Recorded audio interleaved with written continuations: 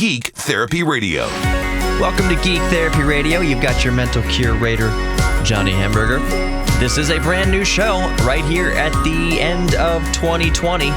This is not a best of Geek Therapy Radio. It's brand new content here on the air. I hope everybody had a wonderful Christmas and Hanukkah and whatever holidays you're spending, Festivus for the rest of us. I hope it was all great. The bump music, by the way, that you hear, that's some music that I made a few years ago. I heard the bass line in a dream. Boom, doom, dooning, ding, doom. I heard it in a dream, and I heard the basic melody in a dream, and I immediately woke up and kind of hummed it into the voice recorder of my phone, and I expanded the entire song off of that. You know what? I know there's a lot of musicians listening right now that have had that supreme frustration where you dream of a song, you dream of a perfect song, and you know this, you know who I'm talking to. You dream of this perfect song, but you can't remember it when you wake up. Oh my gosh, if you could just remember it when you wake up and you could write it down or hum the melody, hum the bass note, hum something that you heard in your dream so that you can make the song in real life. I have been, I'll just call it blessed a couple times to where I wake up mid-dream. Like something tells me in the dream saying, dude, this is one of those times. This is one of those times that you don't want to miss. Wake up and remember this melody. So the bump music that you hear, it's just the instrumental version of a song I made a few years ago, several years ago, that I initially heard in a dream. And halfway through that dream, the dream was a synth player and a drummer and a guitar player at my parents' old house, and I immediately woke up and hummed the melody and the bass, and that is the basis of the bump music that you were hearing. I just thought that was an interesting story. All right, I wanted to start off Geek Therapy Radio this week talking about the Atari VCS. If you aren't subscribed to the Geek Therapy Radio YouTube channel, I did a recent video about the Atari VCS again. We've been hearing about the Atari VCS since, I believe it was 2017. About the time I started Geek Therapy Radio, we've been hearing about the Atari VCS. It is ill-fated, to say the least. Pushback after pushback after pushback of the launch date. The goalpost continued to move. And it sucks because at the beginning I was very excited about the Atari VCS. I still am partly excited about the Atari VCS. But you know what?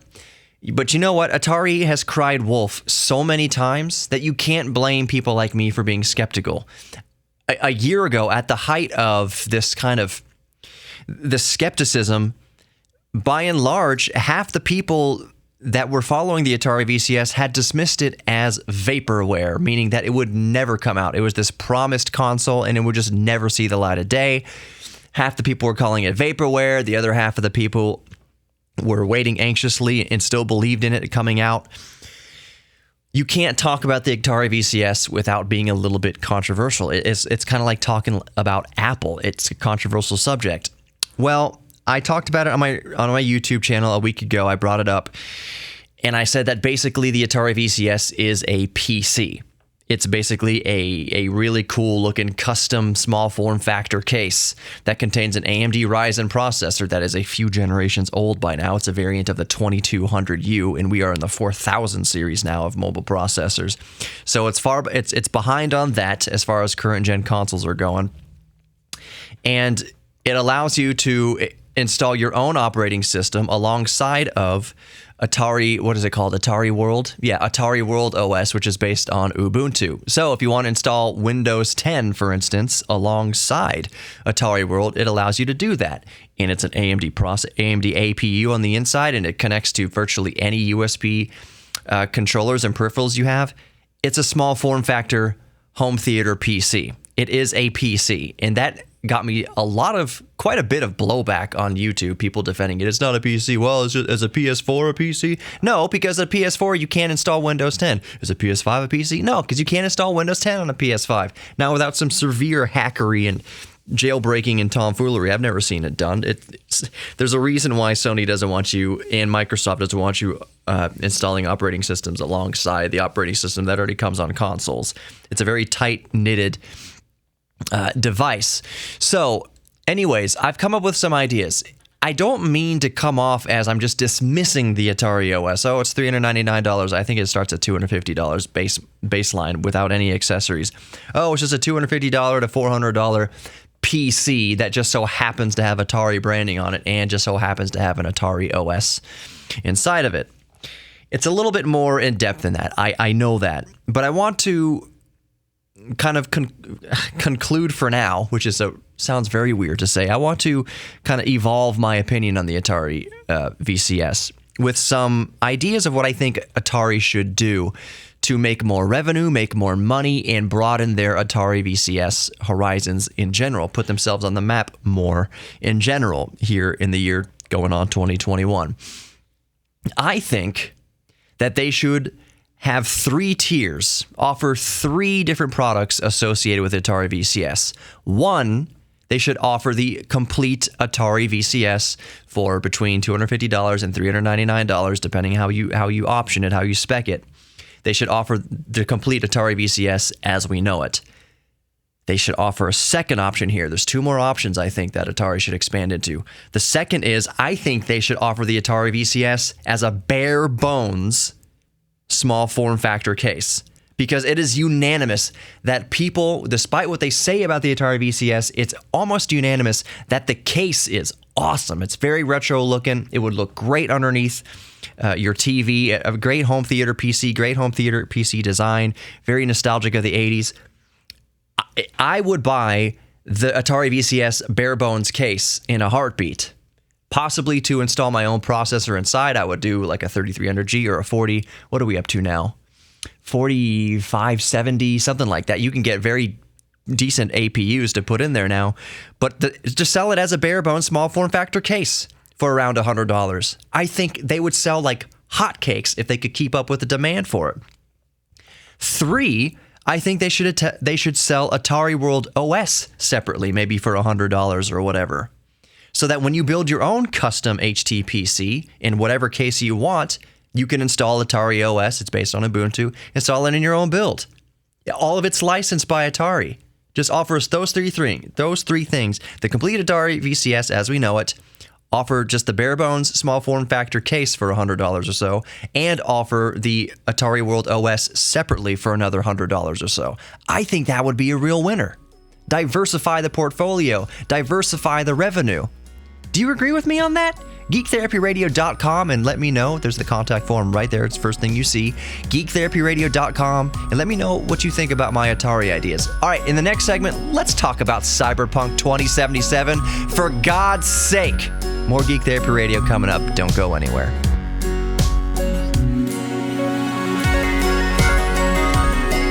Welcome back to Geek Therapy Radio. You've got your mental curator, Johnny Hemberger. By the way, this bump music, I talked about it at the beginning of the last segment. It's music that I made a few years ago. I heard the melody and the bass line in a dream. If you're wondering why I'm repeating this on the podcast, it's because this is segment 2. And if you listen on the radio, there's 4 or 5 minutes of commercials in between now and then, and people may not have heard the first segment. But the bump music is music that I created several years ago. It's an instrumental, and it's from a song called Supernova. All right. I want to wrap up real quick my last thoughts between the 2 segments here on the Atari VCS. One question that arises, and we'll talk about Cyberpunk 2077 in a second. One question that I'm sure will arise is, well, Johnny, there's a lot of kind of community sharing and game development that you can do on the VCS. You can create your own games on the VCS and share it with other VCS owners and players. And if you are installing the OS on all sorts of different hardware, there's no way to kind of standardize the game creation experience. So let's say if you build the game on a 2200U and then someone builds a bare bones Atari VCS with a less powerful processor, how can you guarantee it'll run? To my reply to that is just whoever makes the game, just put the system requirements on there. Just like any other game, system requirements. This was built on a 2200U, so it requires a 2200U or greater to play. That's just my opinion, but I do know that there's going to be that kind of quality control once you start developing games on different hardware, and it's all supposed to run on Atari OS, or Atari World OS. The last thing I'll say about the Atari VCS in this broadcast is that, yes, according to Atari, the first units have started shipping to owners or to backers of the Indiegogo. Now, I had a commenter on the YouTube video, which I'll probably link the YouTube video in the podcast description, so make sure you subscribe to Geek Therapy Radio podcast in your favorite podcast app. By the way, Geek Therapy Radio is now on Spotify. Just type in Geek Therapy Radio podcast or just Geek Therapy Radio into your Spotify search. Look for the red, white, and black color scheme, and that's Geek Therapy Radio podcast on Spotify. I'm super happy to announce that. I didn't mean to get so sidetracked. I'll remind everybody again at the end of the show. Anyway, so one of the comments on the YouTube video for the last, video I uploaded about the Atari VCS, there's a whole, you get a ton of actuallys type comments. Actually, you know that meme? So anyway, someone mentioned actually about 4,000 people have received their units. And I was like, really? I can't find that information anywhere. Those hard numbers do not exist anywhere online. I'm not saying that it's not true. I asked him, can you please point me to where you see a concrete evidence where you read that 4,000 units are in the hands of backers? Because all I've seen in my intense searching is that it's only trickling in a handful of people. You can search for YouTube right now as of the broadcast and only find a handful, if that, of people who have received an Atari VCS. It's 4,000 people have not, as of recording, gotten their Atari VCS. I hope that's the case. I would love to be wrong on that, but I have yet to find any proof that 4,000 people have got it. And what was the guy saying? There's like 11,000 more ready to go in the warehouse. I haven't even read that from Atari. Atari hasn't even mentioned that. So anyways, we'll see. Unless I'm missing something, and I'm human, I could be missing something. But the bottom line is that consoles are starting to ship, and the first ones go to the backers. So that is good news. It is no longer vaporware. It is officially not vaporware because it is officially shipping in small quantities, possibly, but it is shipping. Okay, Cyberpunk 2077.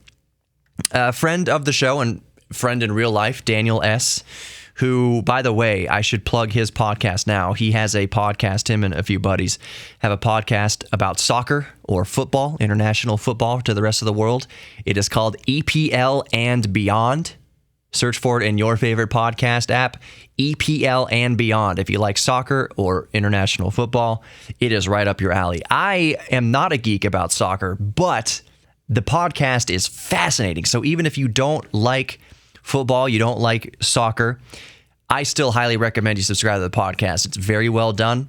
It is very international. Dan is in Kuala Lumpur, Fatty is in Toronto, and Nick is here in Houston. And again, it's called EPL and Beyond. EPL obviously standing for English Premier League, and Beyond standing for everything else, because EPL doesn't play year-round, and there's still plenty more to talk about. But let's move on. Daniel S., who is on that podcast, mentioned, he was messaging me privately, hey, have you talked about Cyberpunk 2077 on your show? And I haven't responded to him yet. So Dan, I'm sorry I haven't responded to that Facebook message yet, but I did talk about it briefly in, was it the last show, the last broadcast? And I heard something mentioned this week. For those of you who don't know, bring up the speed.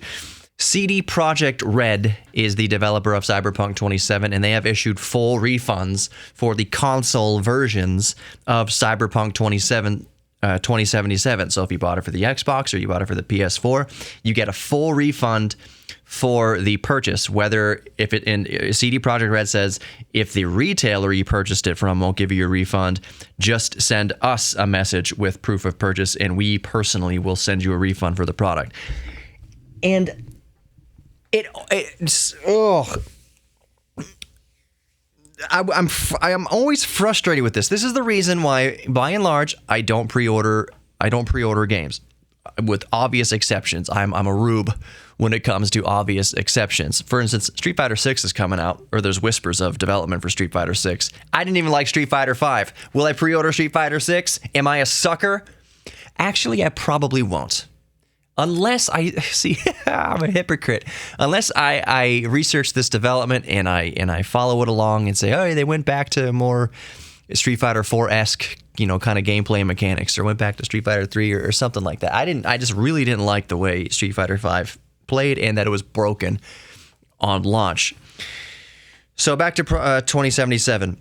The biggest question is how. This is one of the most hyped games in the last decade, bar none. This is one of the most hyped games. I'm not going to say it's Half-Life, Alex type of hyped, which I don't think Alex was hyped that much. Just, it's Half-Life 3, quote unquote, has become a meme now. It's kind of, speaking of vaporware, Half-Life 3 is this kind of, will it or won't happen. If it does happen, it'll be miraculous. Jesus will come back before Half-Life 3 releases. So Half-Life Alex was hyped. It's a big deal, but Half-Life Alex worked. For the most part, it was pretty much flawless VR experience. It came out and it worked. Valve knew what they were doing in this case, and Half-Life Alex hyped and it worked from launch. Cyberpunk 2077 was glitchy at best on PC, and they've released a series of patches. And being glitchy on release isn't the end, isn't the end of the world. Almost anything is glitchy upon release. Flight Simulator 2020 had some glitches. It was overall perfectly playable, but it had some glitches. Cyberpunk 2077 is the same way. I think it was a little bit worse on launch than something like Microsoft Flight Simulator or, like I mentioned, Half-Life Alex. I'm not talking about the PC version. The console version was borderline unplayable. And in many ways, it was unplayable. And there's issues with the PC saves not saving completely and corrupting. And it's a nightmare. But let's stick with the consoles. The reason I pull my very few remaining hairs out is I don't understand how it can possibly get through certification and go out and be printed to disc terribly and glitchy and broken. How could CD Projekt Red not have caught that before shipping to consoles? How is that possible? And I try to relate a little bit. I try to put myself in the developer's shoes. I'm the person whose shoulders it falls upon to certify this for release on consoles, and it's one of the most hyped games in history, and you have 10 people above you, crowding your space saying, when's it going to come out? We got to release this. We got to release this. We got to release this before the holiday season. That kind of pressure, I think, really is why it goes out the door terrible. And they just figured, cross the fingers, hope it goes out, hope it works. We'll cross the bridge when we come to it when people start noticing, hey, this is terrible. And this is universally terrible on consoles. It's just ridiculous for a modern developer to do that. And let's talk more about it in the next segment. More Geek Therapy Radio coming up. Don't go anywhere. Welcome back to Geek Therapy Radio. You've got your mental curator, Johnny Hemberger. Go to geektherapyradio.com for more information. The very first thing you see at geektherapyradio.com is a contact form. And it's not putting you on a mailing list. It's just literally to send me a message. Hey, I really like cassette tapes. Hey, I really like records. Hey, I really like working on old cars. That's literally what it's there for. geektherapyradio.com to get in touch with me. Also, another reminder, Geek Therapy Radio is now on Spotify. So go to Spotify, just type in Geek Therapy Radio Podcast, look for the red, white, and black color scheme, and that is me, the official Geek Therapy Radio with yours truly, your mental curator, Johnny Hemberger. All right, to continue talking about Cyberpunk 2077, I mentioned at the end of the last segment that I'm always to a fault. I'm sympathetic. I try to be sympathetic and put myself in their shoes. I think it's one of the most beneficial qualities of life. One of the most beneficial things to learn and to apply to life is to try and walk a mile in somebody else's shoes, or at least picture walking a mile in somebody else's shoes. It makes you incredibly humble. So I try to put myself in the shoes and devil's advocate, give them the benefit of the doubt, walk a mile in their shoes, and just put myself at their desk with all the pressure coming down at CD Projekt Red before the release of Cyberpunk 2077, trying to meet that release date before the holiday season so people could buy it as gifts and buy it on Steam and send it around as gifts to their friends, buy it, physical copies, buy digital downloads from Microsoft and from Sony, get it out in time. And that incredible amount of pressure. You have to also remember here, this is not that it matters for releasing a broken product. a broken game, but what is it? Video game sales are up like 20% this year in 2020, or they're projected to be up 20% in 2021. Video game sales in this year and going into next are way above average for obvious reasons. People are stuck at home and they are playing more video games than ever. So there was incredible pressure to get out one of the most hyped games of the last decade in time for the 2020 holiday season.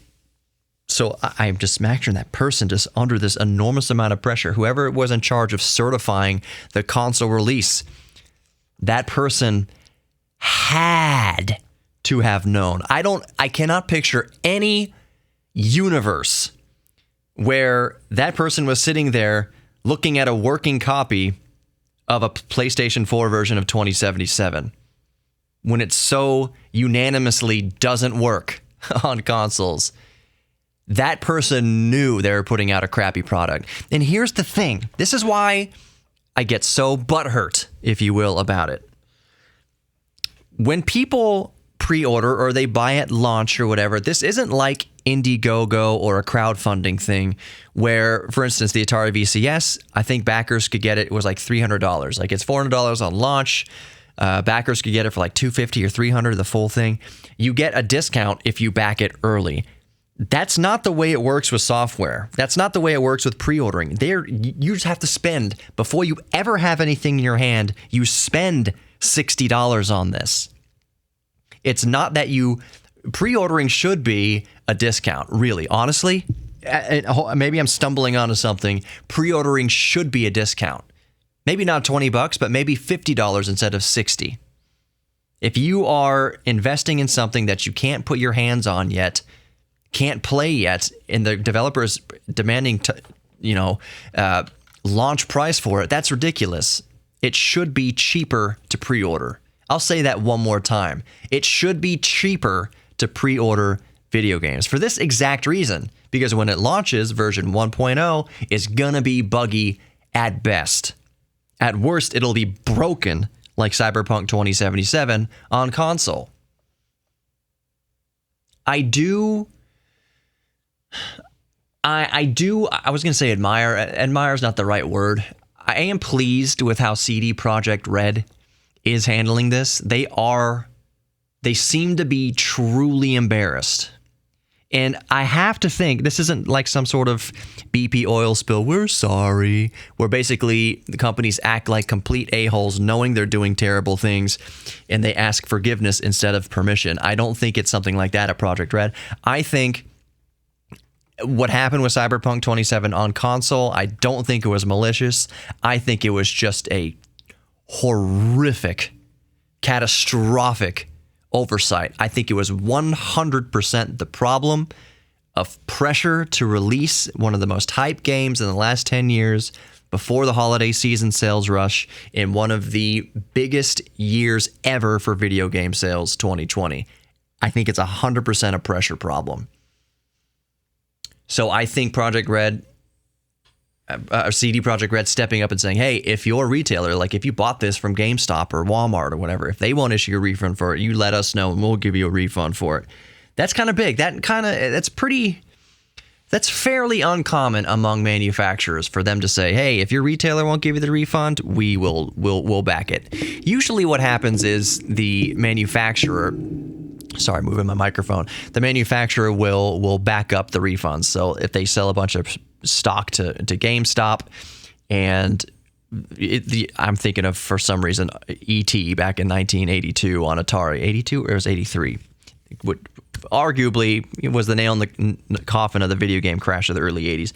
Basically, the manufacturer will back up the refunds. So if GameStop says, hey, we sold thousands of dollars of inventory and it all came back, usually the manufacturer, if I'm not mistaken, backs that up. Say, sorry about that. We'll buy all the product back. So the retailer is the one who gets screwed over here.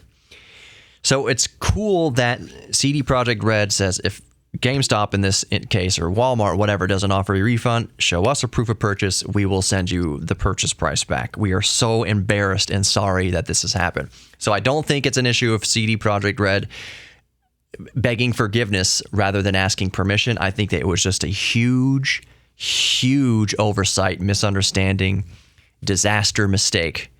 And it's not that they got caught red-handed, it's they got caught with their pants down is what happened. And I feel bad for them. I feel bad. So we live in this culture, and this is, I guess, going to be the subject of segment 3 here. We live in this culture that is so there's video game culture, especially in software culture, there is such a high demand. There's so much hype for these software titles. There's so much pressure just to get it out. It's no longer put out a finished product. Let's wait, put out something good and finished, put our best foot forward. Let's be late, but put our best foot forward. Nope. It's put the crap out there. Let's ask people for $60 before this thing ever comes out. It doesn't matter what we put out on launch date. They've already given us the money. We've come such a long way. Back in the 1980s and 1990s, everything was cartridge-based, and before consoles were connected to the internet. So the PlayStation 1, arguably, it wasn't like you get software updates and patches for games upon release. If you bought Final Fantasy VII on CD-ROM and put it in your PlayStation 1, that was it. Now, they could release revisions of cartridges and revisions of CDs, and that did happen from time to time, even going back to, Nintendo, for instance. There are cases of revisions of cartridges, but it wasn't like a patch that they could update over the air. What I'm saying is the cartridge and the CD going to a console that was not hooked up to the internet, that product had to be perfect at launch. And if it wasn't perfect, any glitches, any mistakes and errors would spread like wildfire across the playground, which was the worst. Word of mouth, negative wildfire. Also, we'll go through GamePro magazine and Nintendo Power magazine and Electronics Monthly and all that. The press would be terrible. So there was pressure on companies back then to put out a good product at launch. Because if it wasn't good, it would be lambasted and they would be dead in the water. Now, in the year 2020, in the 21st century, with consoles that are hooked up to the internet, there's no longer that pressure to put out a good product at first. Just put out, hey, this doesn't really work on on PC. This is really glitchy. 2077 is glitchy. Whatever. Who cares? They gave us the money. They gave us $60. Just put something out there. Let them play through something. Let them walk through the city a little bit and say that they're playing 2077. Yeah, but boss, it's crap. I almost said the S word. Yeah, but boss, it's crap. Doesn't matter. They gave us their money, bro. And not just speaking to CD Projekt Red, but Electronic Arts and Ubisoft and all those developers. I don't understand this argument. What do you mean put out a good product? We've already got their money. We know they're already going to spend the money even on launch day. They don't want to be the ones left behind. There's a huge online community. They don't want to be the ones left behind. They're going to spend the money on it. So it doesn't matter if it's good off the bat. That's a ridiculous question. Just put something out there. Just a placeholder. You could do anything on launch day. Just release a 100 gigabyte download of the most detailed GIF ever of somebody at Electronic Arts taking a dump on the consumer and could charge $60 for it. They've already spent $60 on it. That's all the incentive that the software companies have now. Because at worst, there'll be blowback and they'll say, oh, we're releasing a patch for it. Don't worry about it. There's no longer incentive to release a final, good, polished product. And that's my take on it. More Geek Therapy Radio coming up. Don't go anywhere.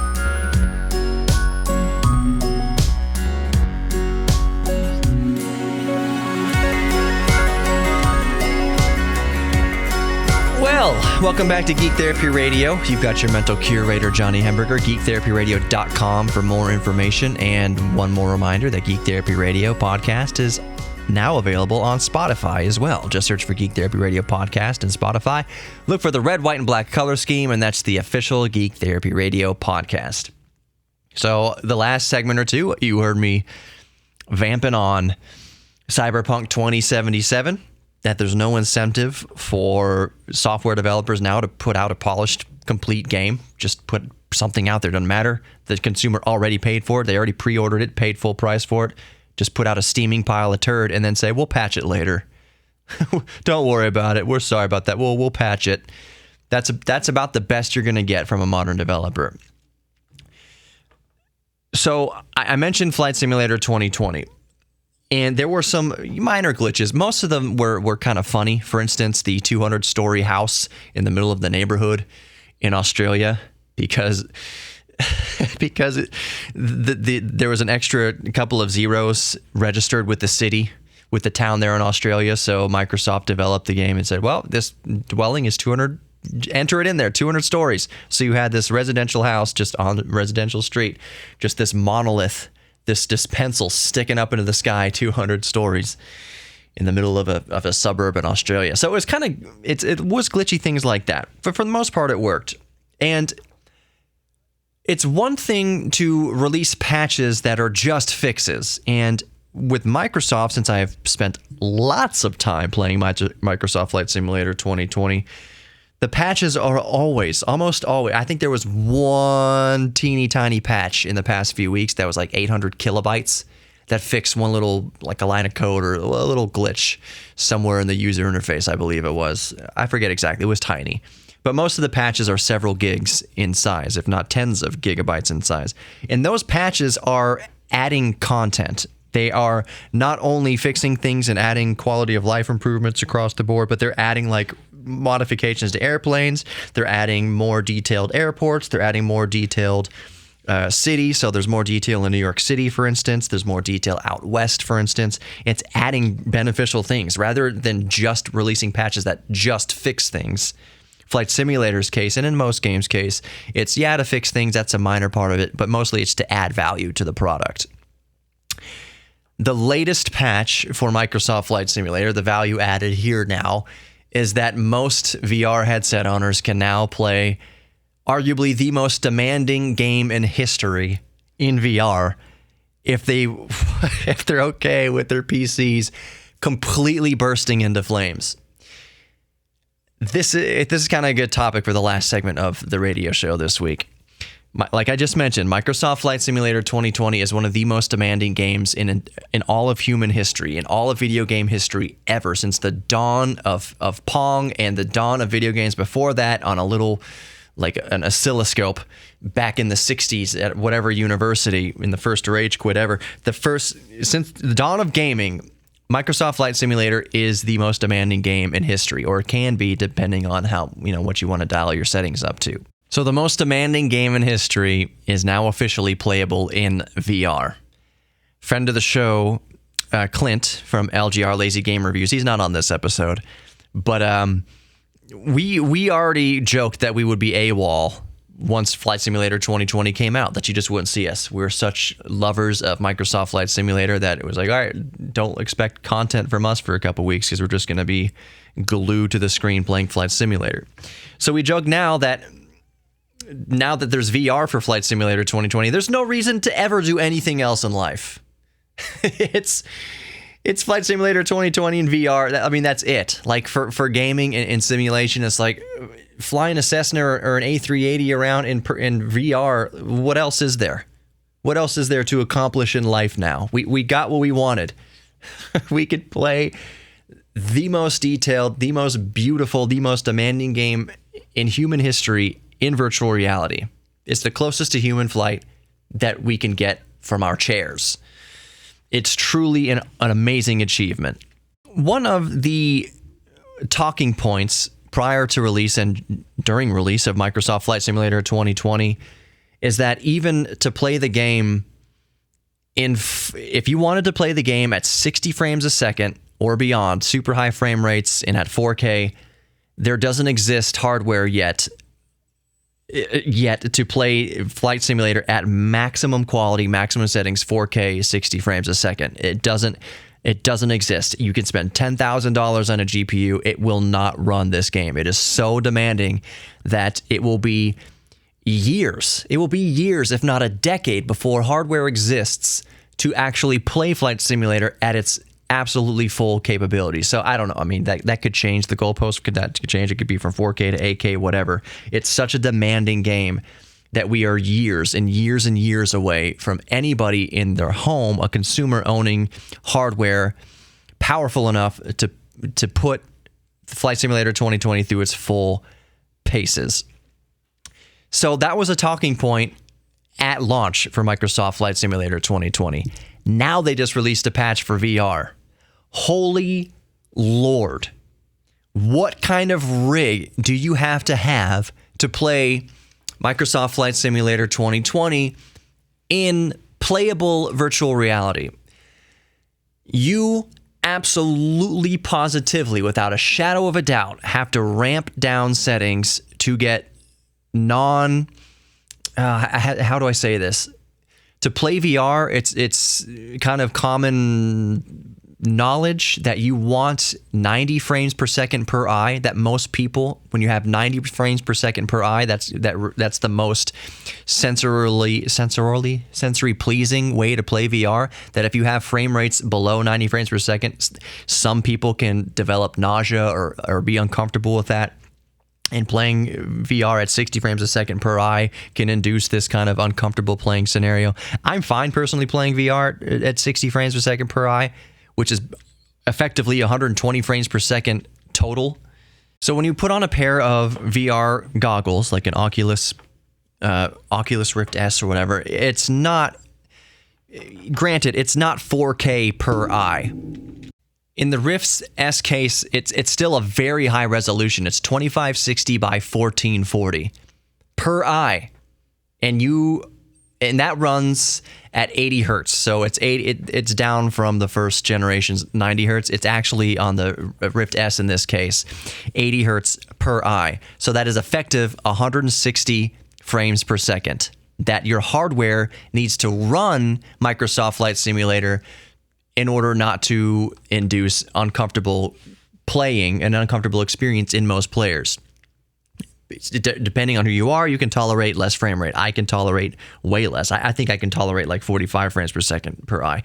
That's still, let's say I can tolerate 45 frames per second per eye, that means I need hardware that can play Microsoft Flight Simulator at 90 frames per second. That kind of hardware is few and far between. So in order to hit 90 frames per second, you would need to severely ramp down the settings in Microsoft Flight Simulator 2020. Severely. But to me, I don't really mind that. I don't really mind ramping down settings sometimes to get a smooth experience. That being said, this is interesting because I have long since maintained that visuals and eye candy is so much more important in a game like Flight Simulator 2020 that even in game there's a setting you can cap the frame rate at 20 frames a second. A lot of gamers, especially new gamers, think 20 frames a second, what is that all about? That's ridiculous. No. If you could play Flight Simulator back in the day at 20 frames per second as opposed to 1 frame per second, flight simulators have always been demanding. And 20 frames a second is considered really good, really smooth for a flight simulator when you dial up all the eye candy. Can you play 20 frames per second per eye Flight Simulator in VR and still have a good experience? I haven't tested it out. I don't know. I'm still rocking a GTX 980 in my rig. I'll have to find out. Anyways, thank you for listening to Geek Therapy Radio. You are worthy of love. You are worthy of giving love. You are worthy of receiving love, and you are also worthy of your own self-respect. Lean into your geek thing. Share your geek thing with others. Now, more than ever in the year 2020, we're all geeks about something, so lean into that geek thing. Thank you so much for listening. Check out Geek Therapy Radio all over the internet, YouTube, Instagram, Facebook, all that good stuff, and I'll talk to you next time. If you'd like to sponsor Geek Therapy Radio, go to geektherapyradio.com and let's talk.